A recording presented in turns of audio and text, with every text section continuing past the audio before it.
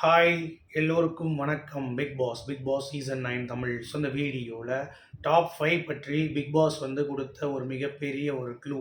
அதில் யார் யாரெல்லாம் வரப்போகிறாங்க, அப்புறம் வீட்டுக்குள்ளே இருக்கிறவங்க என்னென்னலாம் வந்து கணிக்கிறாங்க டாப் 5, அப்புறம் உங்களுடைய கருத்து என்ன, என்னுடைய கருத்து என்ன அப்படிங்கிறதை பற்றியும் நம்ம கண்டிப்பாக டிஸ்கஸ் பண்ண போகிறோம்.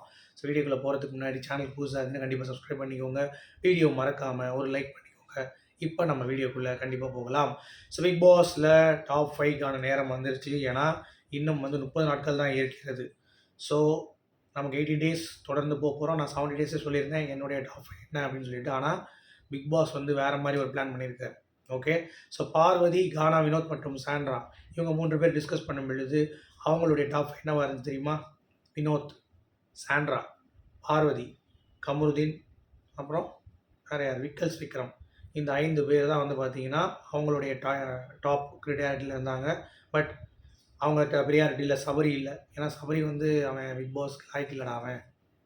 அவன் எதுவுமே பண்ண மாட்டான், சும்மா உட்காந்து சிரிச்சிட்டு இருக்கான், சில விஷயங்கள் அவன் ஒழுங்காக பேசுறதில்லை அப்படின்ற மாதிரி ஏகப்பட்ட விமர்சனங்கள் சபரி மேலே இருந்தாலும் இது வந்து மக்களுடைய கருத்துன்னு சொல்ல முடியாது. அது அவங்களுடைய தனிப்பட்ட கருத்து. ஓகே. ஸோ வினோத், சாண்ட்ரா, பார்வதி, விக்ரம் மற்றும் நம்ம கமருதீன். ஆனால் உள்ள சுபிக்ஷாவும் அப்புறம் விக்ரமும் பேசிகிட்டு இருந்தாங்க, அரோரா பேசிகிட்டு இருந்தாங்க. அப்போ வந்து டாப் 5ல வந்து பார்த்தீங்கன்னா கனி, சபரிலாம் வந்திருந்தாங்க. சுபிக்ஷா, விக்ரம், கனி, சபரி, அரோரா அந்த மாதிரிலாம் வந்திருந்தாங்க அவங்களோட டாப் 5ல. ஆனால் நமக்கு என்ன தோணுது, அதை பார்க்குறதுக்கு முன்னாடி பிக் பாஸ்க்கு என்ன தோணுதுன்னு ஒன்று இருக்குல்ல. பிக் பாஸ் கொடுத்த மிகப்பெரிய க்ளூ என்ன அப்படின்னு சொல்லி பார்த்தீங்க அப்படின்னா, கண்டிப்பாக வினோத் வந்து வின்னர் ஆகிறதுக்கு பிளான் பண்ணுறாங்க. ஏன்னா அவரை வந்து விஜய் சேதுபதி அடித்து அவருடைய ஓட்டை வந்து இன்க்ரீஸ் பண்ணிட்டே இருக்காரு அப்படிங்கிறத பார்த்துட்டு தான். ஓகே. அடுத்து திவ்யாவை சேனல் வந்து புஷ் பண்ணுறாங்க. அவங்களுடைய கன்சிடரேஷனில் அவங்க இருக்காங்க. சபரி வந்து சேனலுடைய ஃபேவரேட். ஓகே. அடுத்து வேறு யார்?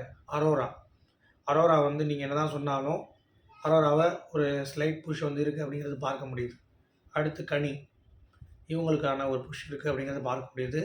பார்வதி, கமருதீன்.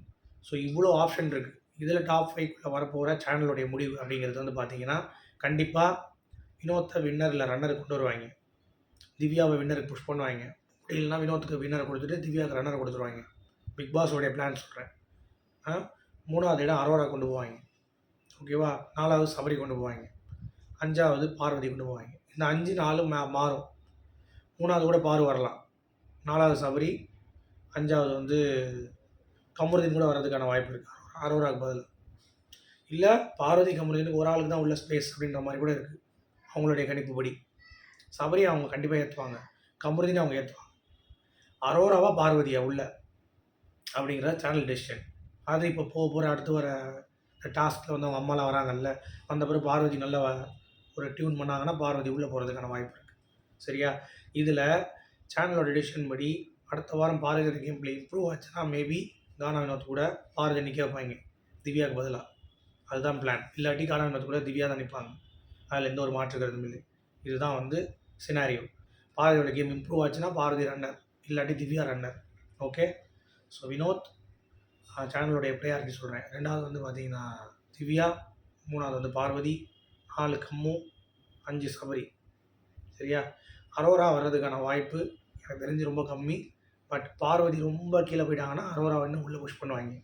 அவ்வளோதான். ஸோ இதுதான் சேனல் ப்ரெடிக்ட் பண்ணுற டாப் 5. நம்மளுடைய ப்ரெடிக்ஷன் ஃபஸ்ட்டு வந்து பார்த்தீங்கன்னா வினோத்.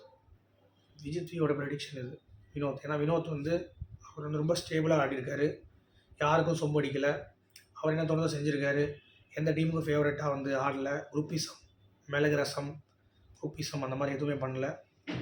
கீப் ஆன் அவருடைய பாயிண்ட் ஆஃப் வியூவில் ரொம்ப ஸ்ட்ராங்காக இருந்திருக்கு.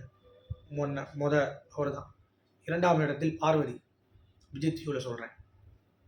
பார்வதியுடைய டெடிகேஷன் டுவர்ட்ஸ் த கேம் அப்படிங்கிறது அன்இமேஜினபிள். ஏன்னா எல்லா டைம்லேயும் கேமை வந்து அப்டேட் பண்ணியிருக்காங்க. அவங்களுக்கு ஒரே ஒரு நெகட்டிவ் கமருதீன் தான். அதை தூக்கி போட்டாங்கன்னா she has the chance to lift the trophy. ஆனால் அதை பண்ண மாட்டுறாங்க. ஓகே. ஸோ அதனால் பார்வதி எனக்கு 2வது இடத்துல. சரியா. 3வது இடத்துல திவ்யா கணேஷ். ஸோ திவ்யா கணேஷுக்கு ஃப்ளாஸ் வந்து இதான். எவ்வளோ அதிகமாக ஃபேக் பண்ணாலும் போய் பண்ணாலும் ஒரு மினிமம் செல்ஃப் ரெஸ்பெக்ட் கொடுக்கணும், எல்லா கண்டஸ்டன்ஸையும் மதிக்கணும் அப்படின்ற அந்த ஒரு உணர்வு இருக்குது. அப்புறம் எந்த இடத்துலையும் மட்டப்படுத்துகிற மாதிரி யாரையும் பேச பண்ணுறாங்க. Is not playing the game. But as far as பார்க்குற வரைக்கும் அவங்க வந்து டிசர்வ் தான். அவங்க ஓட்ஸும் வந்து நல்லா இருக்குது அப்படின்றதுனால மேபி தேர்ட் பிளேஸ்க்கு திவ்யா கணேஷ் வர்றதுக்கான வாய்ப்புகள் இருக்குது. அப்புறம் இந்த டிக்கெட் டு ஃபினாலே வின் பண்ணுவாங்கல்ல, அதில் கமருதீன் உள்ளே வந்துடுவான். எஃப்ஜேவை தூக்கிட்டாங்க. ஸோ கமருதீன் நல்ல சான்ஸ். 4 வந்து கமருதீன். ஓகே, இதுதான். 5வது யார் அப்படின்னு சொல்லி பார்த்தீங்கன்னா விக்கல்ஸ் விக்ரம். ஸோ விக்கல்ஸ் விக்ரமா சபரியா கனியான்னு பார்க்கும்போது விக்கல்ஸ் விக்ரம் வரதுக்கான வாய்ப்பு இருக்குது. ஸோ இதுதான் என்னுடைய டாப் 5. ஓகே, ஸோ நீங்கள் என்ன நினைக்கிறீங்க? உங்களுடைய டாப் 5 அப்படிங்கிறது கீழே கமெண்ட் செக்ஷன் சொல்லுங்கள். மீண்டும் அடுத்த சந்திப்போம். அது வரைக்கும் குட் பை. தேங்க்யூ.